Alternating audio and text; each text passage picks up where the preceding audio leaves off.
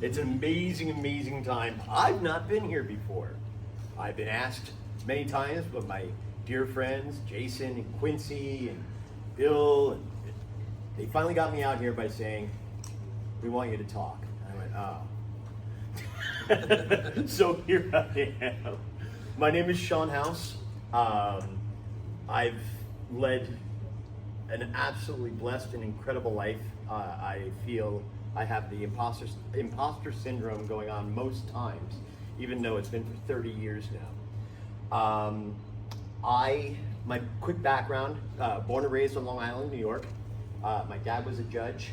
My mom was a nationally known wildlife artist, and they kicked out the TV when I was 3 years old when my sister was born. 1977 came about. I was already building models. And then there was Star Wars. And I watched it probably 15 times in the theater, starting in about June of '77, and then another 12 times the following year, because they actually kept movies in the theater for as long as they were making money in the theater. So that was on the screen for a year and a half. And then it came back in 1979 because there was another movie called Empire Strikes Back.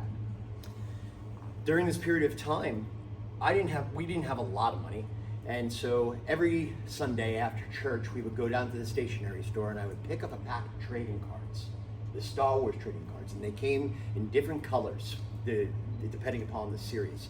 They came out with the orange series, and what was amazing about it is that they had the first behind the scenes photos. And I'm flipping through them, and all of a sudden, there's this guy, an adult, standing behind a model of a Star Destroyer. And it blew my little 8-year-old mind, maybe it was 9, that you can make a living building models. I was just blown away. And I went down to the library, and the librarian helped me with the microfiche and found the address in Van Nuys and wrote a letter, didn't get a response. But then a couple of years later, when I was 12 years old, I did have an address, and it was up in Northern California, in San Rafael. And I wrote to them asking for a job, and I got a very kind rejection letter back.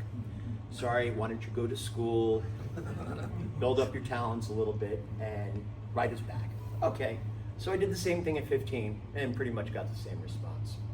At that point in time, as most of you remember, there was going to be no more Star Wars movies. We knew that George originally said there was going to be 12, but now there was none. I went to college, joined the Navy. I was in the Navy for 6 years, active duty, and I was about to re-enlist for another 4 years to go to 10-year mark. And I had helped start a skydive drop zone down in San Diego. And on the 1-year anniversary of the drop zone, this is while I was still active duty, we had a terrible accident whereby one of our instructors, where two of our instructors collided in midair in free fall.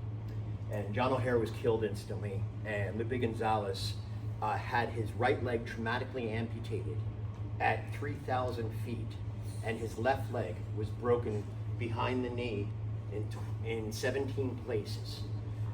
And I don't know if any of you have had anybody who has gone through a trauma, probably not like that, but when an accident happens, a lot of people come out of the woodwork right at first, and they're willing to help and everything.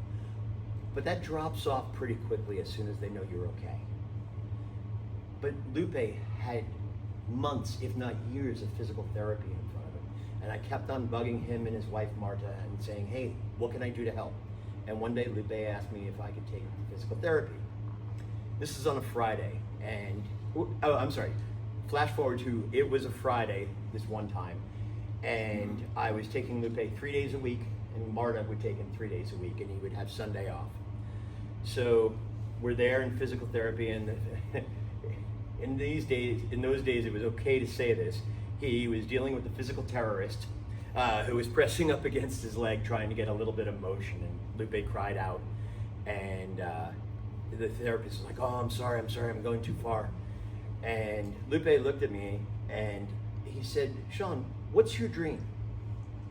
And I was like, what? He goes, don't answer me now. I want you to think about this. What's your dream? What have you always wanted to do, but haven't done. And so I actually thought about it in the weekend because I really, really, really respected the band. I thought it was an interesting question. So Monday was my day again to take Lupe to physical therapy. And we're in the same exact spot as we were on Friday, and the physical therapist is leaning in, and there was this awful crack, and Lupe's leg broke again. And this happened several times during the physical therapy because at his age, it was trying to knit the knee to the femur and to the tibia and fibula. So the legs were broken several times, but the physical therapist hit the emergency button. We go jogging down the hallway. Meanwhile, Lupe's got my hand, and he was squeezing it so tight that I thought he was going to break it himself, and it was turning purple. And he had tears coming down his face, and I'm like, Lupe, it's going to be okay. And he turns to me and goes, did you think about my question to you? I was like, what? I mean, literally, that was my, what? And he goes, did you think about my question I asked you on Friday? I said, yeah, but now's not the time or the place. He goes, I can't think of a better time. What's your answer? What have you always wanted to do in your life? I said, well, since the time I saw Star Wars, I wanted to be a model maker at Industrial Light and Magic. He goes, then why don't you? I go, come on, Lupe, I'm about to put in my re-enlistment papers for the next 4 years. At that point, 10-year mark, I'd be an idiot to get out because I'm halfway to retirement. And he goes, so you think that by waiting 14 years, you're going to be in any better position to become a model maker at ILM? And I go, well, no. But I mean, you know, I do electronics in the Navy and everything. He goes, do you still build models? I said, yeah. He goes, then why don't you make that your main goal? And I was like, okay, but no, I can't do that because of this. And everything I said, he gave me the perfect argument against. And I pulled my re-enlistment papers in August of 1994. And in November of 1994, I was bartending in between, and I came up to Northern California, to Marin County, to get a place to live and a job. Because I had gone back to the library and found an old VHS copy of the Walter Cronkite interview that he did with George Lucas in 1982, right around Jedi. And he starts off the interview in front of what we know as D Building, or 3160 Kerner Boulevard. And he goes, up here in the sleepy bucolic county of Marin, in this quiet little town of San Rafael, lies one of Hollywood's greatest secrets. And he's walking, and there's this wooden sign that says 3160 Kerner Co. And he walks up to the front door, and it says Kerner Company, Optical Research Lab. And he goes, behind these doors, George Lucas's technicians create movie magic that the world is looking for. And that was the only clue in 1994 about where Industrial Light and Magic was located. They kept it quiet. It was P.O. Box. If you looked up the phone, if you got the phone number from one of the industry rags or whatnot, it would be 415-338-1200, and you'd get the reception desk, and they promptly put you on hold and leave you there. So, knowing that, I drove up to Northern California, and I said, okay, well, I don't know if I at least locate myself here, maybe I can get in. Maybe I can make some way. And I pulled off in central San Rafael, went down the frontage road to the freeway, stopped at the Motel 6 and said, here's my place for the weekend. And went in, asked the counter guy, hey, do you know where Industrial Light and Magic is? And he's like, no, I know it's somewhere around here. Okay. So I went back to my room, and I looked up in the phone book, in the yellow pages, ILM. Same number, 415-338-1200, okay. So I didn't have that information. Then I was like, ooh. And this is, of course, before we could really search anything on the internet. I looked at the front of the yellow pages, and you might remember, they would have a map in the front for the whole county or the city that you were in. And I was like, where could they hide Kerner? Wait, Kerner Street, Kerner Avenue. And I looked, Kerner Boulevard. Oh, A16. Holy crap, it's right behind me. So I hopped in the car, I drove down Francisco, made a left onto Bellum, and then all of a sudden I came across a street sign that said Kerner Boulevard. I was like, oh my God. And here it is about 6:30 on a Friday night in November. So it's deep, deep dusk at this point in time. And I noticed there was a sushi place, Yu Shang's Sushi and Mandarin Restaurant. And then right behind Yu Shang's on Kerner Boulevard was a bar, Jay Friendly's. I went, ooh, that's interesting. And I kept on driving down the street, and I passed Granger. I'm going really slowly, and all of a sudden, there was a sign, Kerner Co, 3160. I parked my car. My heart was freaking beating out of my chest. I ran across the road, and I went up the walkway to the front door, and it said Kerner Company, Optical Research Lab. And it was mylarge, so you couldn't see in. So I cupped my hands over my eyes, and I freaking jumped way back, because there was Darth Vader right there beside the door on the inside. I cut my hand back over, and I'm like, holy crap, holy crap. And I look, and there's the magician logo behind the desk, and then there was a matte painting from the movie Hook, where Robin Williams comes into Never Never Land, and they had the big compass rose underneath the water. And I'm like, holy crap. And there's a tap on my shoulder. Excuse me, sir, can I help you? I turn around and security guard. I'm like, this is Industrial Light and Magic. He said, sir, this is private property. I'm like, yeah, but it's Industrial Light and Magic. He goes, sir, it's private property. I'm gonna have to ask you to leave. And I'm like, okay, but my name's Sean House, and you're gonna know me, okay? I'll be back. And I went back down the street to the bar. Went in, there was an older gentleman behind the bar working it, and his name was Sam. It turns out he was the owner. And Sam and I had a good conversation. He recommended a place for dinner, so I went. Came back to the bar because I wanted to talk with Sam more. It turned out that Sam was a paratrooper during World War II in Normandy. And we started talking about skydiving and jumping from planes and losing buddies and everything like that. And I had to go to the bathroom, and I went.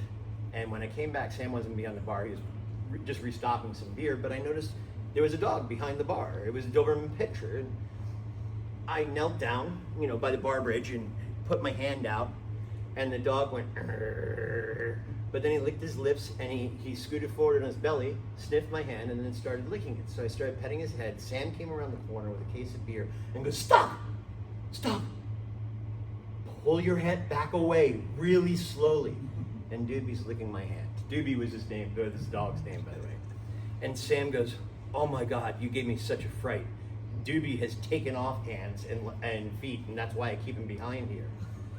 And he goes, in the 12 years that Doobie's been here, he's never let a patron touch him. He goes, so I need to buy you a beer. And he did. And he said, so I was saying I was up here looking for a job in Industrial Light and Magic, and he looked out the front door, and then he looked back at me. He's like, oh, really? And he goes, you do any catering? I said, I've been doing that since 12 years old. He goes, okay, I'm going to give you my friend's name. Go over there tomorrow. Tell him I sent you. Okay. Next day, went over to a Fair to Remember Catering, met Ken and Chuck. Oh, and he said, they own a bar, but don't tell them I told you this. But you can get a job there, I bet you. I went, okay.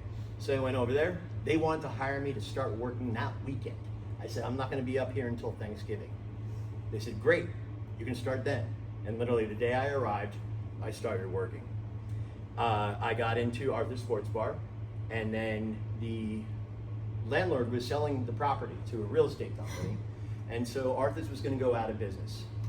In the meantime, I had gone down and talked to Sam and Mom, and they said, hey, we're selling the bar, but we want you to come over as a bartender here and learn our way of working the bar, because Sam kept the bar the cleanest of any bar I've ever been in my life. He would work until 5 o'clock in the morning after closing at 2, just to make sure the place was spotless. Former military guy. He wanted to make sure his clients were taken care of. So I got a job at Jay Friendly's right across the street from ILM. And the first thing I did was I started ILM Employee Appreciation Night. Half off first drink, 25% off all the rest. All you have to do is show your pass card. I started making friends. A lot of them. I had my first tour of ILM 2 weeks later, and I was told by Mark Anderson, who at the time was running the model shop before he took over the practical effects division, get in the union. start doing music videos, low budget movies, whatever. Get experience. You have experience model building. I need you to know as much about as many different materials as possible. Well, that was good because I was already starting to weld a little bit, and I was woodworking and plastic, and I had mixed my own resins and foams and everything. And so I started working, and I did. I got into IATSE Local 16. I'm still a proud member to this day. And I started doing movies and music videos and conventions and opera. And then one day I got the call from the hall. Sean, I heard you're available. I said, yep, I'm available. Okay, I need you to show up tomorrow morning, 7 a.m. at 3160 Kerner Boulevard. Report to Mark Anderson. What? You serious? This is how it happens? I just get a call? Hey, show up. I showed up, and the first movie I did there, I was a day player, which means that you come and you go. As John Evelyn was saying before, that's the movie industry. You work until it's done, and then you're laid off. And I was used to that. So I did AI first, and then I came back as a day player for Pearl Harbor, Jurassic Park Lost World, and Planet of the Apes. And I shoveled dirt and put green things on the ground around where the models would crash into. And I kept on building props, building crazy things. And my life just took all these, some people would call them detours, but they were just awesome little paths that went down. I'm gonna jump forward a little bit just to explain the shirt. Most of you might recognize the symbol on the symbol here. At 3210 Studios, which came many years later, we got a call from the Grateful Dead. And they wanted to get back together and do a Fare Thee Well tour, which they hadn't done since Jerry died. And so they came, and they had previously owned a studio down the street from where George was, which is why he knew about the stage, C Stage, and the fact that we kept secrets really, really, really well. And they rented the stage for 2.5 months to practice for the Fare Thee Well tour. And during that point in time, I got to know them. And I started building things for them, for both the band, and Mickey Hart, who is one of the two drummers or percussionists, wanted me to build instruments for him. Okay, so I started building instruments for Mickey Hart, and the first one I built was a beam instrument for Bill Walton. Bill was, of course, 7'2", and thus Mickey standing, who's very, by the way, he's nowhere near 7'2". That's him standing there, and this is at the Bill Graham Civic Center in December of, I forget what year, but I started building the same exact instrument for Mickey, and he had originally had the original one built for him because him and his drum partner, Billy Kreutzmann, initially did the entire soundtrack for the movie Apocalypse Now. And he used that instrument, the beam, to help score that movie. So then I get calls like, hey Sean, can you build a biplane? Hey Sean, oh yeah, I have to take a ride in it. I mean, if I'm gonna be flying over 47,000 people, I gotta make sure it's safe.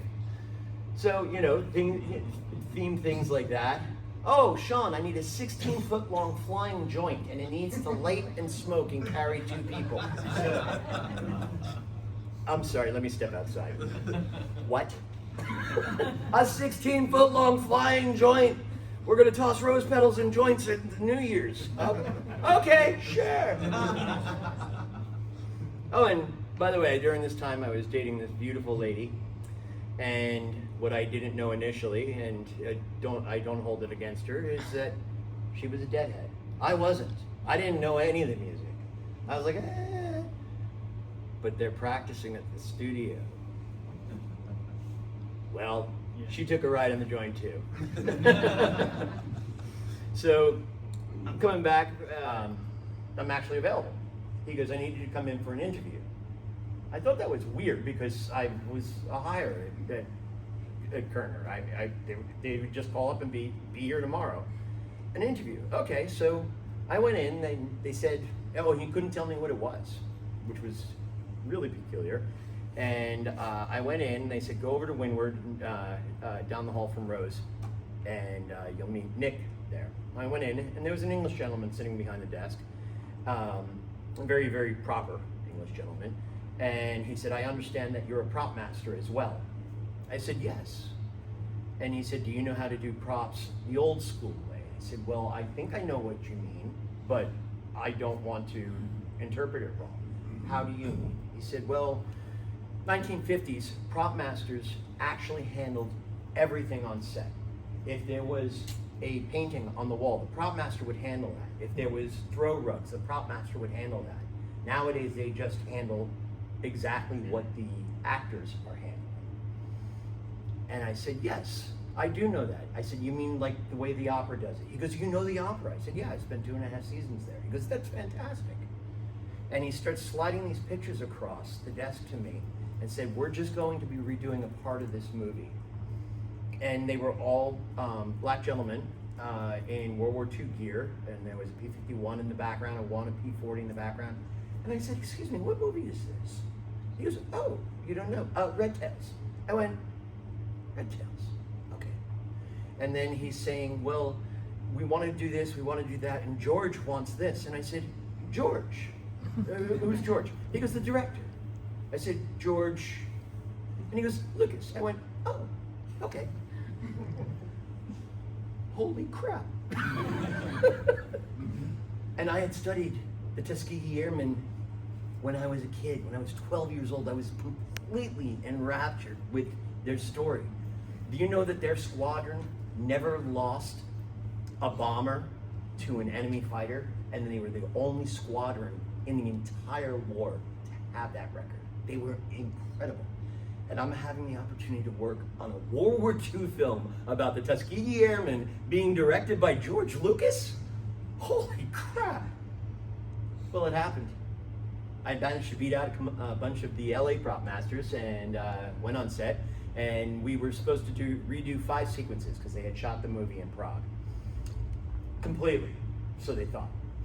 And George got back the footage and said, I want to redo this. And so he directed the reshoots.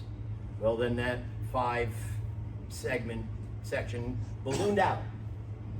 And all of a sudden, 4 months later, we're finally wrapping on first unit. And then 3 months after that, I get a call from a gentleman named Rick McCallum, who said, hey, Spunky, what are you doing next week? I guess I'm coming back to work for you, Rick. And we started filming again. And this went on for 2 years. At the end of it, Red Tails, the movie, was shot primarily in the United States. There were only 6 minutes of original footage left from the first full shoot in Prague. It was amazing. And if you haven't seen the movie, it's actually good. The thing you have to remember, though, is exactly what George said, and I wish we could put his words on the movie poster. This is not Saving Private Ryan, Sean. This is not the thin red line. I don't care about continuity. Continuity's for wimps. This is a John Wayne-style World War II film, and it has good guys and bad guys. That's it. And that's the movie he made. And it was the last movie he made, and I got to be his prop master. Absolutely incredible. There we are at the wrap. One of the big things. First day, Rick McCallum, who was the producer, comes and sits me down. He goes, okay, Spunky, there's some rules around here. First thing is, you don't talk to George unless George talks to you first. Okay. Second rule is you never take a picture of George. Ever. Are we clear? It's grounds for instant termination, and it will not be pretty. Clear. You never ask to take a picture of George, and you definitely never ask for his autograph or to take a picture with George. It's instant grounds for termination. Okay, well, that's pretty good, except you saw the shot before. With Terrence Howard and everything like that. That was a continuity shot, and I got permission for that. So we're wrapping, we're in the courtyard, everybody's hugging, and it's always a feel-good moment on a shoot because it means it's done. Yay, we accomplished something.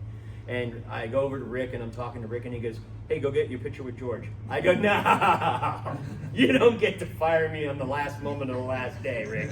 And he goes, no, go get a picture with George." I go, no, absolutely not. You are going to fire me. I know this is a test." And he goes, "All right, Belinda, come over here." Belinda happened to be the staff photographer for Lucasfilm. And he goes, "I want you to take a picture of Sean with George." And I said, "Oh, this is real. Okay." I mean, I really thought he was setting me up to fire me, because that's his reputation. And what happened was I said, "Hey, I don't want to do this without my crew." And so I brought the other props guys over, and we got a picture of George. This is in the courtyard. This is Windward Stage right back there, where they filmed the sequences in Return of the Jedi and a gazillion freaking movies. It's amazing. Then what happened was Kerner crashed and burned. That's the motion control model right there. And you see it when the monorail passes and they enter into Jurassic World. And there's the whole crew. Some of them aren't with us anymore, unfortunately. Hi, Clark. And then a year later, we get a call from Universal after the movie has come out, and they said, "You're the guys that built the Jurassic World gates for the movie." We're like, "Yeah." They said, "We want you to build a full-size Jurassic World gate." We're like, "But the movie's out." They said, "We want it for Comic-Con in New York." Okay. They're like, "But full-size. That would mean it's 88 feet tall." And they're like, "Yeah, we know." Okay. And we called up the Javits Center, and it turns out that they don't have any space that's 88 feet tall that you can put one of these gates in. And we were on main stage, and from the floor to the bottom, I'm sorry, I have this little thing. To the floor to the bottom of the grid right here is exactly 30 feet. Well, 29 feet and 7/8 inches. But what happened was we couldn't assemble the whole thing until we were actually in the real place. And we had a wonderful designer, Brian Dewey, and he managed to create everything such that it could be broken down and the entire set could be loaded onto one semi-truck.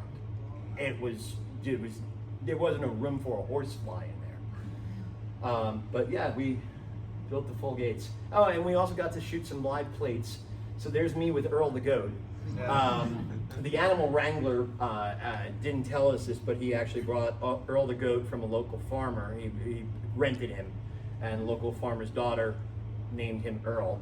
And Earl didn't like the animal wrangler. So anytime he went near it, the goat would do, and it wouldn't line up for camera. And I finally walked over, "Hi, Earl, how are you?" And so I would calm Earl down until we were ready to shoot, and of course Earl has to panic in the middle because he's about to be eaten by a T-Rex. We didn't actually kill him, no. I get a call at 3 o'clock the following morning, and I'm like, what the? And it's Greg Maloney, one of my partners. And he goes, "We've got a problem." I said, "What?" He said, "Footage of Earl the goat is all over the internet. And the internet's eating it up, and they're talking about Jurassic World, this next movie. This is a crisis." I'm like, what? We weren't even supposed to be into work until 4 o'clock in the afternoon in the Redwoods that day. I had to go down there, and it turns out that the animal wrangler had shot this and footage of Earl running around and given it to the farmer's daughter. And she promptly put it up on YouTube and Vimeo and whatever else was out there. And it was like playing whack-a-mole to get it all down. And we thought we were going to lose the studio because Universal was like, "This is not good." But, calmer minds prevailed, and we moved on. Early on, we got a call for the Lone Ranger. And this is a tank outside in a field that's behind Windward Stage, which is no longer a stage. And Jeff Herron built this huge tank of water, and during our testing phase, because guess what, when there's explosives, there's a lot of testing. Sometimes more testing than necessary, I think, but hey, everybody has fun with explosions. And when you're lighting off the explosions in this tank of water, and Jeff is using C4 detonation cord. I don't know if you guys know about that stuff. Oh, yeah. Wrap it around an oak tree, goes bang, and then the oak tree goes, eh. and falls over. It's amazing, archives. And so, you know, all of a sudden I'd be working on a TIE fighter, or you know, Bill George's B-Wing, something like that, you know, having to go, oh, by the way, this is not one of those fake photos. You can actually see the tip and the glue, the isocyanate coming out there, right? It's not one of those staged photos. That's staged. But I mean, you know, we actually had C-3PO there and we're messing with him, and Han Solo and Carbonite. Then came the Mythbusters, and I had already been friends with Tori and Grant and Adam and Jamie, who I knew through James and the Giant Peach, because they worked on it. And we started holding the Mythbusters seasons at 3210, or when we would go out in town and blow something out there. So we were doing gun safety at this point in time. I just thought it was a cool picture of myself, so I decided to put it. But that's another cool picture, but that's worthwhile. So this is from Mythbusters Junior, whereby we actually had to do the myths beforehand because we had kids, young adults, that was age 12 through 16. And they didn't dumb down the stunts at all. They didn't dumb down the myths that we were doing. We were exploding crap, hanging kids off the rafters. It was nuts. But one of the things was, I was the fabrication supervisor, so I would have to figure out the stuff in advance, build something, and then deconstruct it so the kids could build it on TV. And it was on the first day, we had a safety meeting, and we're all standing around in a circle. Okay, listen, no running on set. You know, if there's explosives present, you can't go near it, blah, blah, blah, blah. And Sean, say your pitch, and I said, you know, don't do this, don't do that, don't do this, don't do that, and you can do this, but come talk to me first. And they passed around a sign-in sheet. I'm looking at it, and I don't see my name. So I went over to the production manager, and I said, Elizabeth, I'm not on here. And she goes, oh yeah, you are, and she points to the top. And it says safety supervisor for the frickin' Mythbusters. Safety? What the? Okay. I'm like, I'm not the safety supervisor, I'm the build supervisor. She goes, oh, just sign it, just formality. Okay, so I did that and spent the next 2 weeks realizing that I was the proverbial frog in the pot of water with the heat being turned up underneath me. And the scary part for me was not only was I the safety supervisor for the show, insurance, anybody? I was the safety supervisor for 3210 Studios, representing the show. So I had both things hanging over my head. My job as a build foreman is to say yes. No matter what, say yes. Sean, we need to blow up a planet like one's never been blown up before. Can you do it? Yes. How are you gonna do it? I don't know. We'll figure it out. But safety supervisor, holy cow. And Adam and I actually got in a couple of tussles, not physical tussles, we verbal ones. But he didn't know that they had made me the safety supervisor on the show, and so I was like constantly battling myself. But it was fun. We wouldn't always do movie projects. A little bit at a time. I'm working on a mask from Mephistopheles for the San Francisco Opera. And hold on a second here. Okay. And there's Adam and I. Obviously, we made up. Little story about this.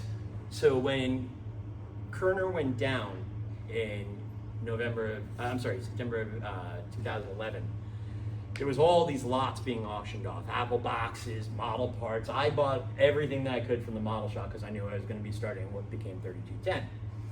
My shop was down at the Oakland Army base at the time, and my friend calls me up, and he's a grip guy out in town, and he had bought a whole bunch of grip gear, and he said, hey, I found something I think that you'd like. I went, oh, okay. He goes, I think it belongs to you.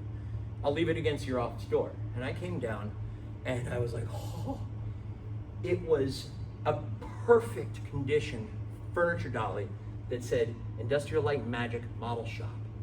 And it wasn't painted green screen green. It wasn't painted blue screen blue. All the wheels were round, and it wasn't charred or broken.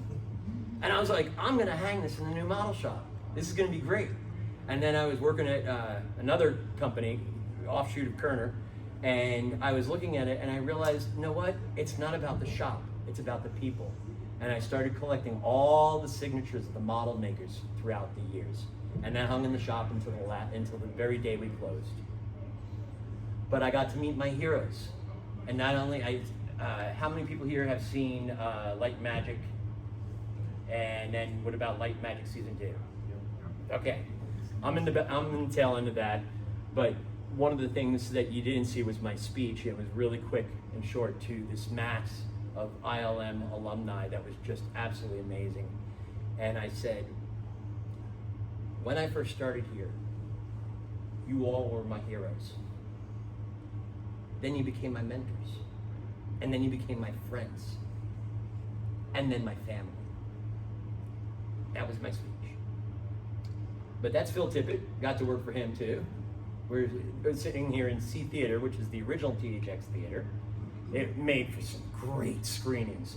Oh my God. Here I am, this is working on the planet Kijimi for the Rise of Skywalker, which, like I mentioned earlier, we blew up, unlike any others. How are you gonna do it? Well, we don't know, we figured it out. So a lot of people thought that was CG. Nope, that was a practical model blown up on main stage. There's the crew. So that really dark thing right there was lit by 520K lights. It was like blinding, but we shot it at 1,000 frames a second.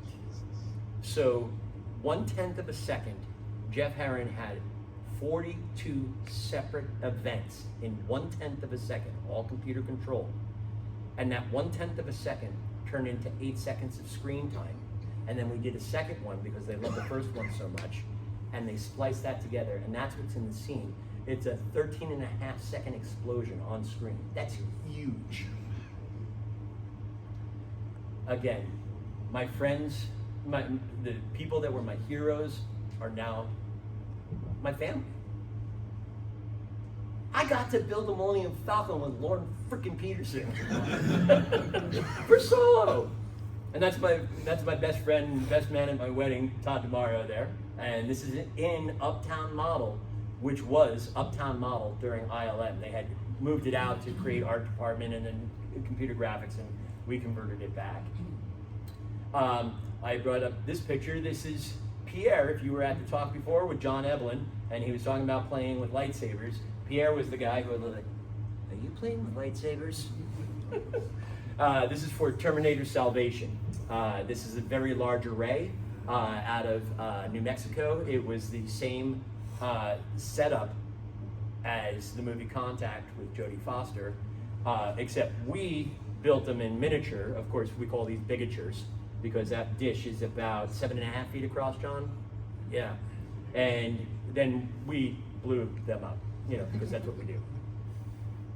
And here's a city scene from San Francisco. This is supposedly after a nuclear blast, but also after the nuclear blast, the machines moved in and they started making San Francisco into its own thing. Oh, this guy. Yeah, so there's this gentleman, Jason Eaton, and some of you might know him, and he's become a dear friend of mine. And we managed to get him out for the reunion of the Return of the Jedi crew, ILM crew. And it had everybody there from Star Wars, Empire Strikes Back, and Return of the Jedi. And Jason, being Jason, had a t-shirt made. And he knew that the lady that won the Oscar for Star Wars, Marcia Lucas, was going to be there. And his shirt said, on a black shirt with the blue Star Wars font, edited by Marcia Lucas.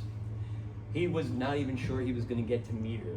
She ran across, hugged him, and kissed him on the cheek, the first thing she did when she saw it. But I don't know if you can see this here. I'll read it for you if you can't see it. It says, TIE Ship Power Supply, used for both size models. This is one of the original boxes that they used for Empire Strikes Back and Return of the Jedi. And again, Uptown Model, Steve Gawley with the Back to the Future DeLorean. And this year's theme in the mashups is the features of the DeLorean. Here we are at ILM, and we're installing some of the bigatures that have been done down there. That's the Enterprise saucer that we had to hang on a wall in a stairwell 20 feet up. Okay, yeah, sure, we can do it. And there's Bruce Nicholson. He won the Oscar. The Oscar I'm holding with him right there is from Star Wars. And then he also won for special effects. And he also won for special effects for Raiders of the Lost Ark. And then, if you saw at the end of season 2, in 2023, 17 years after ILM moved to the Presidio in San Francisco, the original stages of the model shop at Kerner closed their doors permanently. I was going to carry it on. Joe Johnson asked me if I could put the Kerner Company sign on the front door of D Building, and I did, and in vinyl graphics. And then he goes, "Hey, can you go get me a scraper, really sharp scraper?" And I went, "Oh, sure." I came back and he thumbs it. He goes, "Okay, that's good." And then he looks at me and goes, "Yeah, you look good enough for camera." I went, Wait, what are you doing?" He goes, "I want you to scrape the name off the door." I go, "Joe, don't do this to me. Please, don't do this to me." And he goes, "Why not you? It's perfect. It's a bookend." And I'm like, "I can't believe you're an asshole." And he goes, "Bigger men than you have told me that." Okay, so I did that. That's the real pain on my face, and I cried a lot afterwards.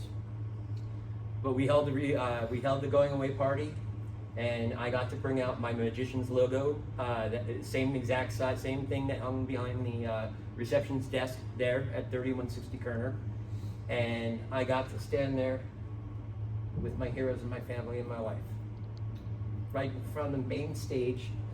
These are the doors that if you saw the chicken walker getting its head crushed and you saw the corrugated panels behind it, that's the main stage door, right there. It is an amazing world. You never know what's going to happen. John was talking about this earlier. Take the opportunities that are given you.